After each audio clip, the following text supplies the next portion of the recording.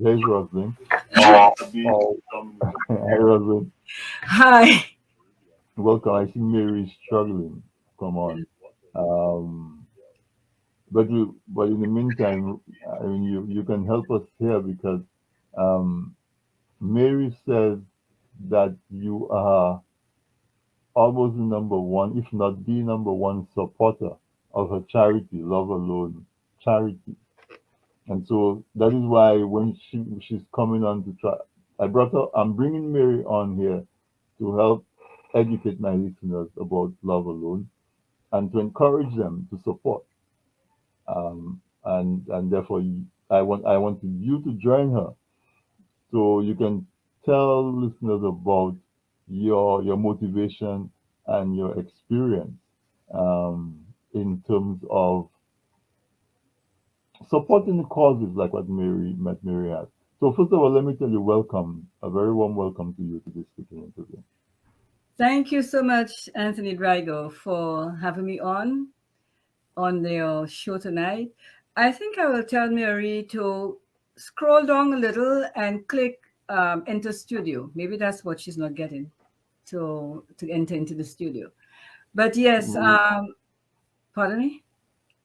No, no, go ahead, go ahead. Yes. So yes, I'll tell you how I met Mary. I was listening one Sunday afternoon to TDN TDN radio with Yeah, Levi. you're listening to TDN radio, right? Yeah, with Levi Black one Sunday, and Okay, okay, yeah, yeah. she was on. I was listening to the program, and here this lady came on talking about yellow, and how has this charity, and she's helping the rather unfortunate ones at home. And I right away I just called in and donated. I did not waste any time to ask any questions. I just figure, well, she's on with Levi. I know Levi very well, and it's reputable. So since I just donated, I gave my full donation and full support right then and there. Um, I I have been doing that up here too in New York. Giving donations to people. The homeless here in New York, people on the subway and stuff. So it came easy. And also I've been donating to Dominica as well. I've been donating to Dominica on different drives that Dominican people have. And I've been sending, food barrels or whatever they ask for, I donate. And I try my best to help out the best way I can, put it this way. So this came at the right time for me. It came at the right time because I always wanted to have that footing to be able to donate to the grotto or in the homeless or in Dominica. But I wanted to do it not just to give, but through a charity, through something that speaks. And here this Right. young lady came on the radio, and I just decided, okay, good, and I just donated right away. And ever since I was the first one to donate, they had not even finished the conversation and the telephone rang and I said, yes, I'm going to be here for my support. And I've been doing that ever since. I haven't stopped. I don't see why I should stop. And actually, I enjoy doing it, collecting That's what clothes. I was going to ask you. Because you sound like a diva, and and what motivates you to give? What does it feel like to be a diva? What makes you continue to give? Um, there are many factors to this. I can just attribute to, well, I came from Dominica, from Goodwill. Although we lived in Goodwill, and I came from the Severin family, there were still hard times as well. My father was a giver, the biggest giver you could ever come across. He gave a lot from his garden. He gave a lot of himself. And I think I got that from him. I could say, seeing him doing, this giving away, especially food from his garden, and helping people, doing services for no payment, no repayment or anything. So I have seen that at home as a child growing up. And here in New York, I myself fell in some hard times, real hard times in New York. New York has not been a bed of roses.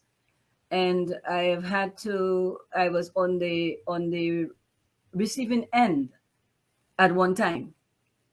It had been really rocky roads.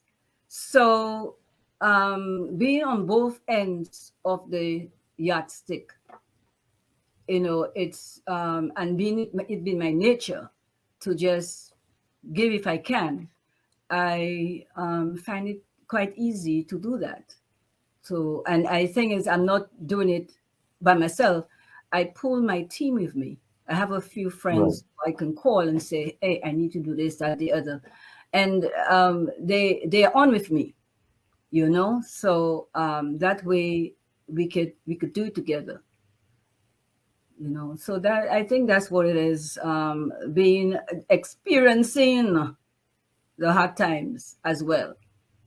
And Right. So feeling so stuck so you with- understand how important it is to give, oh yes. because the person who you give into, like if I give somebody a $5, Hmm. and that $5 might be simple to you, but there's Mary. Yes, Welcome.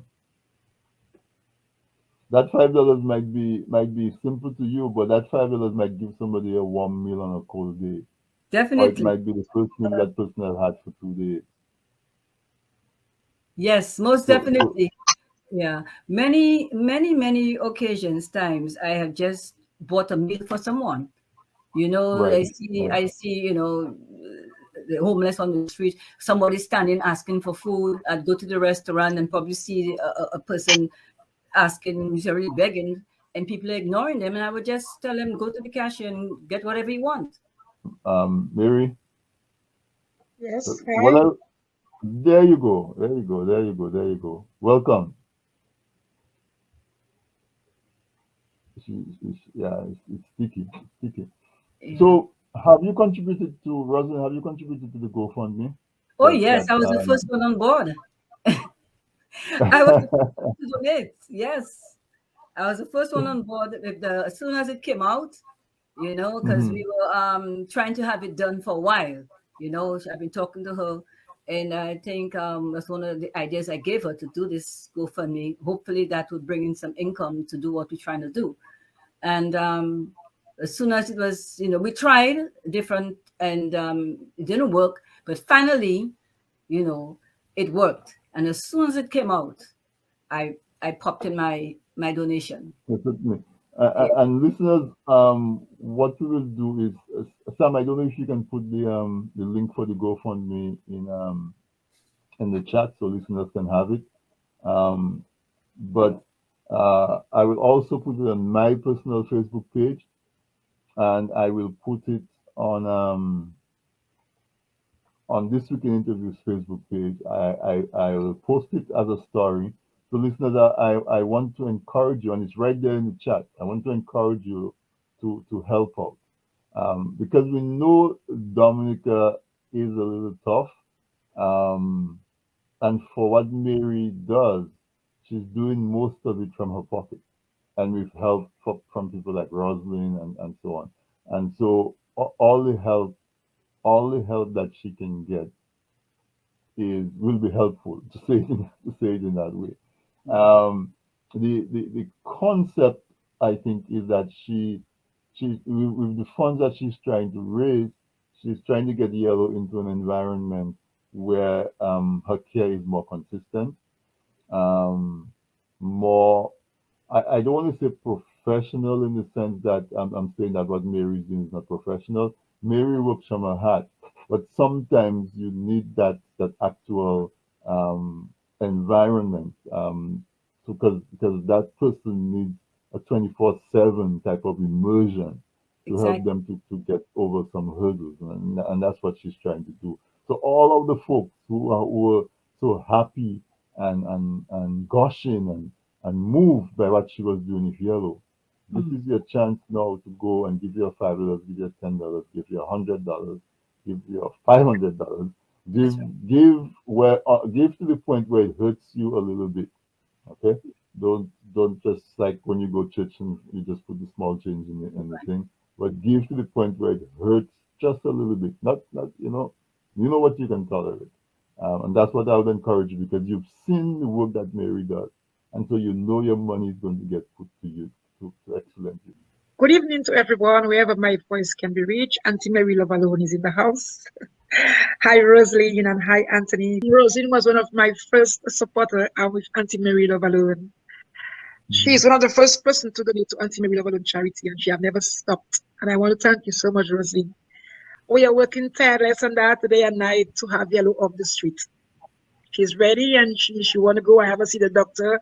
Everything is okay. It's just about time. But I think what I wanted to do tonight, we've achieved it. I wanted to let our listeners know that there is a GoFundMe drive on, that's intended to get some help to Mary so that she can continue to help Yellow and get, like, she's taken it from 0 to 70, and that move is going to take her from 70 to 90, 95. And then once she gets there, then she can come back into the community, get the support, and really sustain the progress that she's made. And that's what I wanted. That's what else was my objective for tonight. Nice. And I think I have achieved it. Listeners, don't disappoint me. When I go on the GoFundMe page tomorrow, I want to see some movement. Yes. Go on there and donate. Donate what you can right now, and if you go if and next week if you can donate some more when you get paid, do that too. But don't wait tonight. Don't put it off. Go on and make a donation. The link um, the link to it is GoFundMe. It's right here. Okay, so it's on the screen, and also I'm going to put the link on the Facebook page and on the Facebook page of this weekend interview and TDN Radio, TDN TV, so that you can get easy access to it. But Rosalind, I'm going to give you some final words. I'm going to have you back, listeners. You know, Rosalind is an author, and she has a book out now. So Rosalind, very soon I'm going to bring you on to talk about your writing. Okay. Yeah, we've spoken about that, but tonight I want to close off with some final words, and then we'll see if we can squeeze in some final words from Mary, but we definitely have to get her back. Yes.